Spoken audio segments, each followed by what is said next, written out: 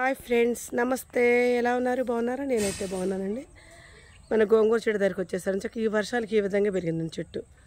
2 గింజలు 3 గింజలు పడ్డ చూడండి మాల్లో.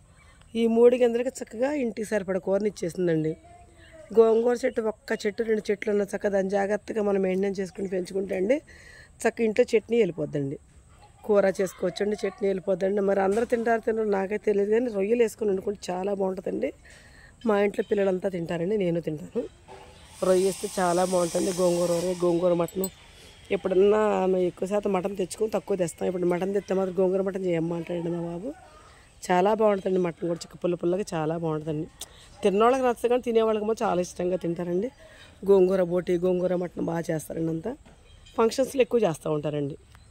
ఇంక ఇళ్ళల్లో కూడా ఎప్పుడన్నా ఈ మధ్య బాబు తెస్తాను, నేను అప్పుడప్పుడు చేస్తూనే ఉన్నానండి. చాలా బాగుంది కదండి కూర. ఇదంతా రేపు పొద్దున కోసి మనం చట్నీ నూరేసుకుందాం, రోడ్డు చట్నీ నూరుదామండి.